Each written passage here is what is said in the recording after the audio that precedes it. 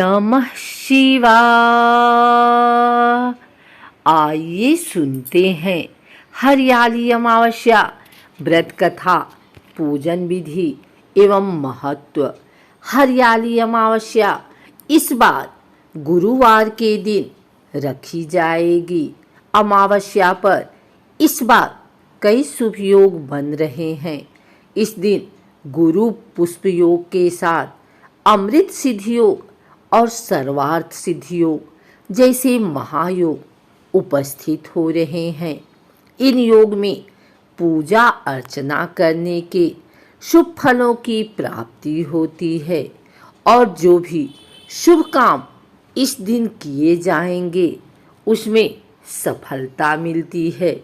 हरियाली अमावस्या के दिन सुबह शाम पीपल के मूल में जल मिलाकर अर्पित करें और मालपुआ के साथ 5 तरह की मिठाई रखें। इसके बाद धूप दीप से पूजा करें।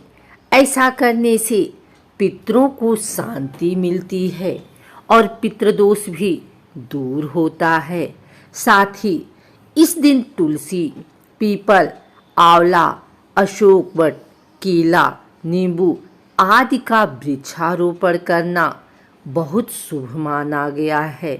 दरअसल यह पर्व ही प्रकृति की कृतज्ञता प्रकट करने के लिए ही मनाया जाता है। नारद पुराण के अनुसार हरियाली अमावस्या के दिन पितृ श्राद्ध, दान, तर्पण विधि और भगवान शिव तथा माता पार्वती की पूजा अर्चना करने से अच्छे फल की प्राप्ति होती है और भक्तों की हर मनोकामना को भगवान शिव पूरा करते हैं। साथ ही इस दिन वृक्षारोपण करने से ग्रह दोष शांत होते हैं। अगर सुहागन महिला इस दिन व्रत रखती है तो उनको शिव पार्वती की तरफ से अखंड सौभाग्य का आशीर्वाद प्राप्त होता है। जिन लोगों की कुंडली में पितृदोष, काल सर्प दोष और शनि का प्रकोप है उनको इस दिन शिवलिंग पर पंचामृत से अभिषेक करना चाहिए और दान पुण्य करना चाहिए। साथ ही हरियाली अमावस्या की शाम को नदी या मंदिर में दीपदान करने का भी विधान बताया गया है। पुराणों के अनुसार हरियाली अमावस्या के दिन सुबह ब्रह्म मुहूर्त में उठकर स्नान आदि से निवृत्त होकर भगवान शिव और माता पार्वती की पूजा अर्चना करनी चाहिए। इसके बाद सूर्य देव को जल दें और पीपल के पेड़ की पूजा करें। शुभ योग में वृक्षारोपण और दान पुण्य करें।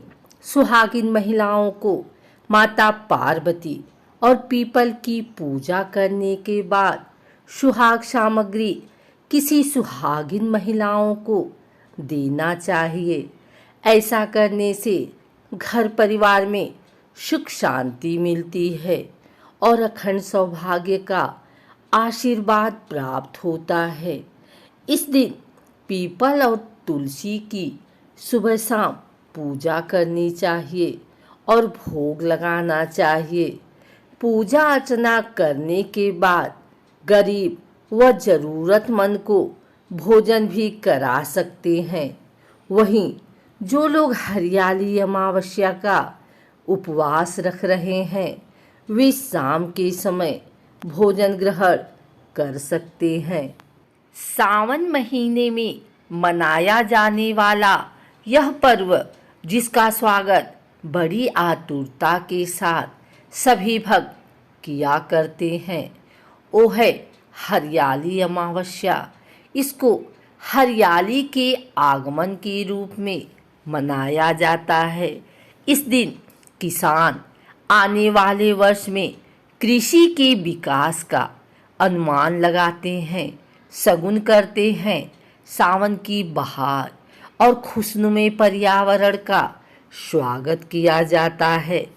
सावन महीने की कृष्ण पक्ष की अमावस्या को हरियाली अमावस्या कहा जाता है। इस अमावस्या का संबंध प्रकृति, पितृ और भगवान शंकर से है। तीनों लोक से संबंध होने के कारण इस अमावस्या का अपना विशेष महत्व है। अतः पर्यावरण को संतुलित और शुद्ध बनाए रखने के उद्देश्य से ही अनेक वर्षों से हरियाली अमावस्या का पर्व खूब धूमधाम से मनाया जाता है। इसका मुख्य लक्ष्य प्रदूषण को समाप्त कर पेड़ों की संख्या में अधिक से अधिक वृद्धि करना है। यदि इस दिन कोई भी व्यक्ति एक भी पेड़ रोपित करता है तो उसे पुण्य की प्राप्ति होती है और वह जीवन भर सुखी और समृद्ध बना रहता है। पेड़ों में देवताओं का वास माना जाता है। इसी कारण से इन्हें लगाने वाले व्यक्ति पर भगवान की असीम कृपा बनी रहती है। हमारे सनातन धर्म में वृक्षों को देवता स्वरूप माना गया है। मनुस्मृति के अनुसार वृक्ष योनि पूर्व जन्मों के कर्मों के फल स्वरूप मिलती है, ऐसा माना गया है। पीपल के वृक्ष को बहुत ही महत्वपूर्ण माना गया है, क्योंकि पीपल के वृक्ष में अनेकों देवताओं का वास माना गया है। इस दिन पीपल के मूल भाग में जल दूध चढ़ाने से पितृ तृप्त होते हैं तथा शनि शांत के लिए भी शाम के समय सरसों के तेल का दिया लगाने का विधान है। पेड़ पौधों से केवल मनुष्य नहीं बल्कि प्रकृति में रहने वाले समस्त जीव जंतु का जीवन सुरक्षित होता है।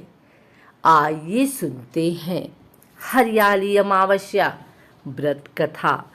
एक राजा था, उसके एक बेटा बहू थे। बहू ने एक दिन मिठाई चोरी करके खा ली और नाम चूहा का ले लिया। यह सुनकर चूहे को गुस्सा आया और उसने मन में विचार किया कि चोर को राजा के सामने लेकर आऊंगा। एक दिन राजा के घर में मेहमान आए थे और वह राजा के कमरे में सोया था। चूहे ने रानी के कपड़े ले जाकर मेहमान के पास रख दिए। सुबह उठकर सब लोग आपस में बात करने लगे कि छोटी रानी के कपड़े मेहमान के कमरे में मिले। यह बात जब राजा ने सुनी तो उस रानी को घर से निकाल दिया। वह रोज शाम को दिया जलाती और ज्वार बोती थी, पूजा करती थी, गुड़धानी का प्रसाद बांटती थी। एक दिन राजा शिकार करके उधर से निकले तो राजा की नज़र उस रानी पर पड़ी। राजा ने घर आकर कहा कि आज तो झाड़ के नीचे चमत्कारी चीज है। अपने झाड़ के ऊपर जाकर देखा तो दिए आपस में बात कर रहे थे, आज किसने क्या खाया और कौन क्या है। उसमें से एक दिया बोला, आपके मेरे जान पहचान के अलावा कोई नहीं है।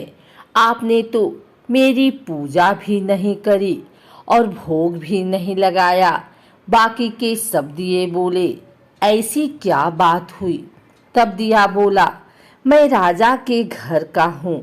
उस राजा की एक बहू थी, उसने एक बार मिठाई चोरी करके खा ली और चूहे का नाम ले लिया। जब चूहे को गुस्सा आया तो रानी के कपड़े मेहमान के कमरे में रख दिए। राजा ने रानी को घर से निकाल दिया। वो रोज मेरी पूजा करती थी, भोग लगाती थी। उसने रानी को आशीर्वाद दिया और कहा कि सुखी रहो। फिर सब लोग झाड़ पर से उतरकर घर आए और कहा कि रानी का कोई दोष नहीं था। राजा ने रानी को घर बुलाया और सुख से रहने लगे।